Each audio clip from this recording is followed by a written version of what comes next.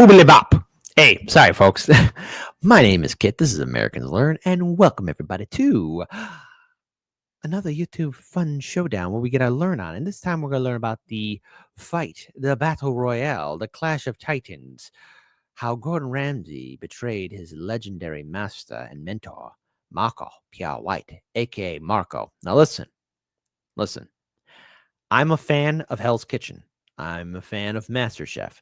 You know, Hell's Kitchen is my guilty pleasure. And you know what? Sometimes in this day and age, especially where I'm really stressed out with a lot of work, I forget things. And then you know what? I automatically be like, yeah, that's right. I could rewatch Hell's Kitchen because you know what? I forgot certain things. But again, great series. But if you want to see another person who's very fearful, Marco. And I've seen his videos on social media. And when he stares at you with pride, you feel like $1 billion. But when he looks at you with disappointment, oh, you live with it. Don't take yourself out. You live with that shame. Be better. So let's enjoy this video. This video is from actually Fat Mima. I almost said Fat Member, but no, Fat Mima. So let's enjoy this video in a 3, 2, and an uno. Let's go, Ghostbusters. There's Marco. Marco Pierre White is one of the most decorated chefs in history, with a legacy that includes the record for being the youngest chef to receive 3 Michelin stars at a time. And yet, in 2024, everything Marco stood for is overshadowed by the global success of his once apprentice. There you go. Gordon. Second option was to live a lie, to pretend I cook when I don't cook, continue to charge high prices, question my own integrity in everything that I've ever worked for. Gordon Ramsay you're describing here, yes? I'm just giving you a little bit of clarity. Oh! Hey! Oh, that's a gut check. And he wasn't even using his full power. And sure, a student surpassing his teacher isn't a new concept, but what makes this particular story stand out is the decades-long relationship between Marco and Gordon, which has been anything but smooth, and even escalated to the point of Marco stating that he would never speak to Gordon Ramsay again. Ever again.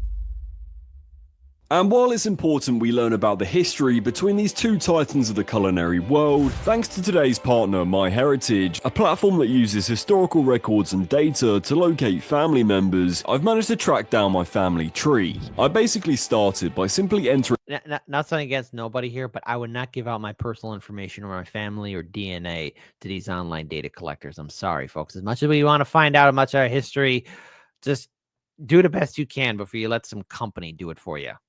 Information about my parents and grandparents, and boom, I discovered my great-grandparents and a few other rogue members of the Mima family. In particular, I found out that my great-granddad was a bit of a freak and had 7 kids. Whoa, damn. Not only that, if it wasn't thanks to all the resources on the site, I wouldn't have been able to find out that he was also a shoemaker in London in the 1930s. Using the 19+ billion historical documents on MyHeritage, you could even find missing offspring. Luckily, I haven't found any link to me yet, but it could only be a matter of time. Not only that, I can also always be smart. Wrap it up. Bring my family's old photos back to life, like I did for my granddad here, colouring and even animating him, which did freak out my grandma a little bit when I showed her, but it's brilliant. I use MyHeritage because it's trusted by more than 90 million users, so make sure you sign up for a 14-day free trial in the description below of this video, and enjoy all of the amazing features MyHeritage has to offer. Right, brilliant. That's me paid. Back to the video. Enter Marco Pierre White, a charismatic, intimidating, and frankly handsome bloke who also happened to be an excellent chef. His TV presence broke the negative stereotypes surrounding chefs and popularized the concept of the modern celebrity chef that is all too common today. This isn't to say that he was some wholesome Mr. Rogers type figure, because he... No, he was not. No, he was not, man. Marco was brutal. Still is. Still had the attitude and foul mouth of a pro chef. Get your act together, boys, for f***'s sake. Come on, you, get out the... Hey, come here. What the f*** is this shit? But his overall personality was still charming enough to overshadow this behaviour and make him a celebrity. However, it was his apprentice Gordon Ramsay who showed just how popular a culinary expert can get in the media world. Gordon transcended the label of celebrity chef and became I've actually been to one of Gordon Ramsay's restaurant here in Chicago. It was the Burger, and the burger joint, and I actually liked it. It was pretty nice. a global celebrity with fans from around the world, many of which likely have zero interest in Michelin stars or the luxury world of high-end cooking in general. But the story of Gordon being a diamond in the rough was built through calluses and years of pressure under master Marco.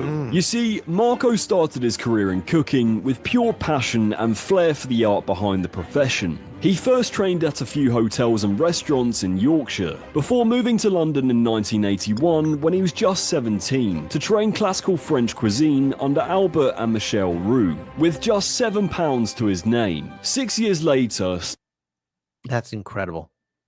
I respect that so much, man.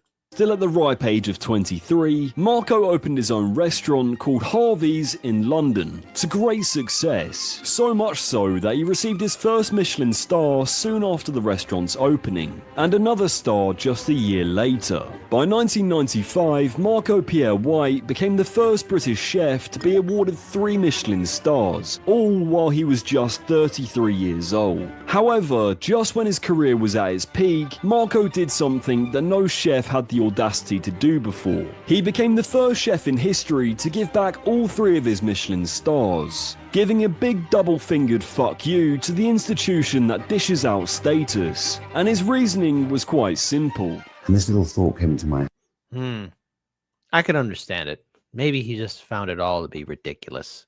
head. And that thought was, Marco, you're being judged by people who have less knowledge than you. Oh. So what's it all worth?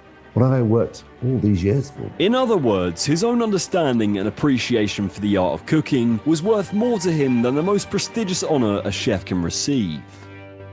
He cared less about the fame of being a 3 Michelin star chef. My work was a painkiller is where I hid. I don't like fame and live in the woods. You know what?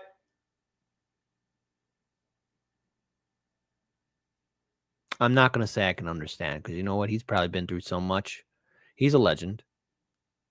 I admire his truthfulness. And, well, probably he's never going to see this video. Never in a billion trillion years. He's never going to see this video. I understand the concept of hating a system. This is where I can relate it. Just tiny micro fraction of hating a system in which prestige can be bought and integrity can be sold down the river. So you know what? If he wanted to give it all back, fine. He still has his knowledge. Everything he knows in his head. That's why he's Marco. You don't call him chef. You call him Marco. Yes, Marco. Willing to bet that if I were to participate in MasterChef, I would fail miserably. I'd be the first one out. I'd be looking at me like, because I know nothing about cooking when it comes down to it, but I could.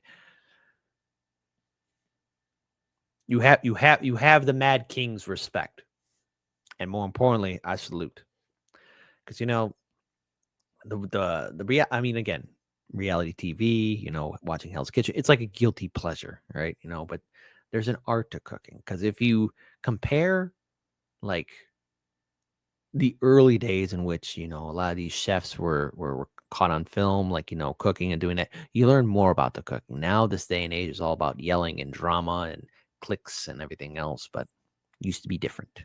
And just wanted to perfect his cooking skills, essentially letting the food do the talking. What made this baller move so truly epic, however, is that Marco giving away the stars didn't impact his reputation one bit. Instead, this stunt shook people's faith in the Michelin star group and started a phenomenon that is still going strong some 25 years later. In fact, through the years, Marco's views on Michelin stars have gotten even worse. There's a great book called Au revoir by the American journalist called Bernstein. And there's also the book by Bernard Loiseau. And if you read what old inspectors of Michelin said within those 2 books, and then you listen to the modern day Michelin inspector, they're worlds apart. The great man Michel Negelin, Mr. Brown, who was then inspector of England and then became the head inspector of France, what that you had to do was prove consistency over many years before they dished out the stars. They had to believe in you. And secondly, you had to be behind your stove. They would never give 3 stars to a chef who wasn't behind his stove. As I say, today, in my opinion, they dish out stars like confetti. However, this all fits perfectly with Marco Pierre White's simplistic view of the culinary profession. When asked how to succeed by an aspiring chef, this is what he had to say. If you cook the best fish and chips in England, you'll become famous. If you make the best bacon and eggs in the morning with beautiful organic eggs and beautiful bacon, you'll become famous. If you want to win a Michelin star in your restaurant, then buy beautiful produce and keep it simple. And cook food that you want to eat. Not what you think they might want to eat. Because it's got to be an extension of you as a man. No. Unfortunately, his former Dude. Oh, I love that. apprentice Gordon Ramsay had other plans that went against Marco's philosophies. Gordon began his apprenticeship in the mid-1980s when he was just 19 years old. I mean, oh, we finished. Right. I didn't realise. Have you gone through twice? Yes. Oh, right. Though, as one commenter on YouTube points out, even at 19, Gordon looks like a stressed 40-year-old chef. Which is not an inaccurate assumption, since at the time, Gordon was constantly working 16 hours a day, every day. Overworking to this extent couldn't have been good for Gordon's health, but diamonds are made under pressure. To make matters worse, Marco was not exactly nice in the kitchen either. I've heard some stories. I know a person who was a chef, still is. She told me how when she was starting, there was one guy who would really yell at the grade. Yeah. Several reports of his abusive outbursts. Even the customers were not safe from his wrath, as he once famously kicked out 8 different customers in just 2 weeks. Good. That you kicked out 8 people in the last 2 weeks. Yes. What were the reasons for that? I think that's right. 8 people in 2 weeks. God, I'm below par. Why did you do That's it? all. They must have knocked off an O. Why did you do it? Why did I do it? Well, basically, I'm here 18 hours a day, 6 days a week. This is like my house. This is like my home. Yes. When I cook every night, it's cooking for people who hopefully are appreciative. And as I say, 95% are very appreciative. You've got that other 5% who are incredibly rude, obnoxious. They click their fingers, they arrive late. And I don't want those people in my house. Good. If I came to your house for a dinner party and I was obnoxious, I was rude, I was late, you going to tolerate me? You're going to ask me to leave, aren't you? But just because they're paying for it, they think they can be rude and obnoxious. Well, in Harvard, they don't get a bill.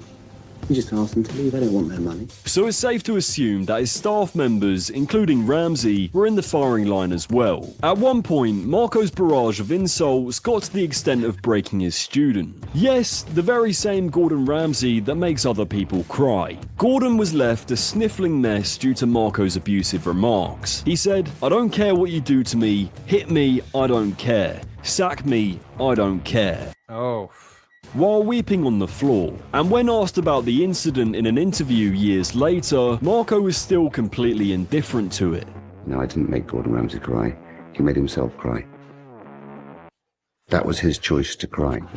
But on the flip side, Marco did genuinely care for Gordon and wanted to see him succeed. He would beat the shit out of me, in a nice way, where you get elbowed and pushed and shoved. That's how you learn. I think Marco saw a bit of himself in me. He was such a mentor. He knew how important my mum was to me, and he understood how bad my little brother's addiction was. I knew what I wanted, but I hadn't found the right person yet, and Marco was like a big brother. Gordon's admiration for Marco also came from a similar place of relatability. I think we had similar backgrounds. He lost his mum at a young age, and his father, he didn't have a good relationship. So I think you attach yourself to similar circumstances. His work ethic and passion for the craft also inspired Gordon to do better, leading to the name Ramsay becoming world famous with breakout roles on Ramsay's Boiling Point, and then later on popular shows like Hell's Kitchen and MasterChef.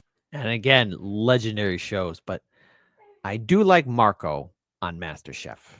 chef. Today, Gordon has also received 17 Michelin stars, which is an absurd number, considering most chefs never get to see a single one. So the question is, how did this oddly sweet relationship between Marco and Gordon turn so bitter? The thing about the Gordon-Marco feud is that it wasn't due to any single incident that sparked a fight. Instead, it was a culmination of years of resentment and mistreatment that led to the pair falling out after working with each other for nearly 15 years. Ah, come on, guys, man. Bury the hatchet. There's an unknown alien spacecraft coming to Earth in like 2025, November, December.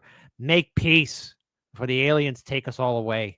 And since there was no big fight to kick off this feud, fans of the chefs were wondering what happened. However, in 2006 during an interview with The Telegraph, citing two main reasons behind the tattered relationship, the first of which was Gordon's way of doing things as a chef. Marco said, "You can't be a chef and appear on television all the time. It's impossible. At least when I earned my stars, I was always behind my stove."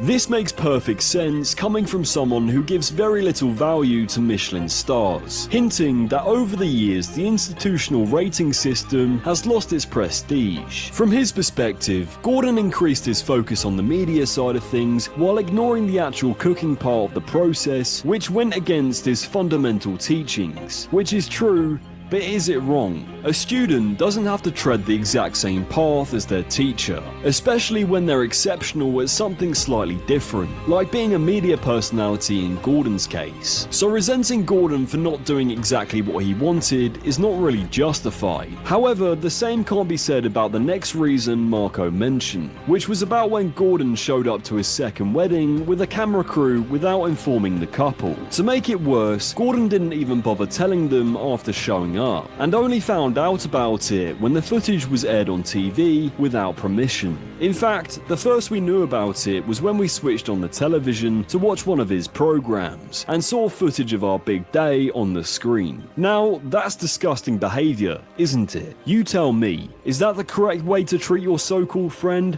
I don't think so. Marco also recalled an incident where Gordon used one of his former boss's analogies about footballers and chefs, and then turned it against him. I had given an interview in which I said that just not all good footballers make good managers. Not all good chefs make good restaurateurs. Then I read an interview he gave and saw that he was saying exactly the same thing, but implying I was a good chef but not Damn, that's a gut check. a good restaurateur. However, what this interview also misses out on is arguably one of the biggest cracks that formed between the two chefs. An incident that involved Gordon accusing Marco of petty theft. To give some context, the year was 1998, where computers were practically non-existent in the restaurant industry, so restaurants had to keep track of reservations the traditional way, by confirming reservations over the phone and then writing them down in a ledger called the reservation book. This process was so important that Marco revealed that at one point his monthly phone bill was over £1,000. So as you can imagine, this reservation book was the lifeblood of high-end restaurants, including Gordon Ramsay's Aubergine restaurant. However, one day an unidentified man pulled up outside the restaurant on a scooter, dived in, snatched the book and bolted immediately. This was a serious act of sabotage on the restaurant, which now had to contend with losing its reputation due to disappointed customers, and no one knew who the perpetrator was. And while everyone else was looking for clues on who it could be, Gordon did something unspeakable. He pointed the finger at his former mentor,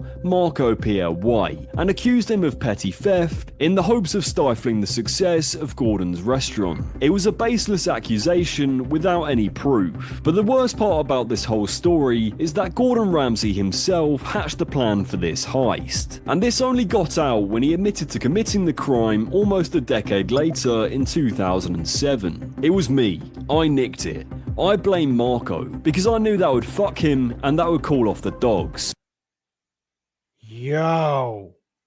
I still have the book in a safe at home. Gordon arranged for the biker to steal it. He further explained, "It was my one stroke of genius, fucking someone over without his knowing that I was the one who done it. And the restaurant owners cutting Marco off and wanting to get closer to me, kissing my ass. You always eat that fucking revenge when it's cold, don't you? Trust me, This was stone cold. I think this situation really displays how cutthroat the high-end culinary industry is. Ego and reputation is everything. Fortunately, the lack of any evidence protected Marco's reputation, allowing him to move forward in his career without much trouble. But this one incident could have just as easily ruined his legacy forever. The silver lining in this whole story is that after decades of beefing with each other, Marco and Gordon finally made up, and started talking again after Marco visited one of Gordon's restaurants for a burger. The complexity of this student-teacher relationship has become one of admiration of excellence and mutual respect between two masters of their craft. It's super interesting to see how two people with very similar mindsets and skills, baked under similar pressures, can be so different and find success in different ways. Thank you so much for watching this video, it really does mean a lot to me. Don't forget to check the description below of this video for a 14-day free trial of My Heritage.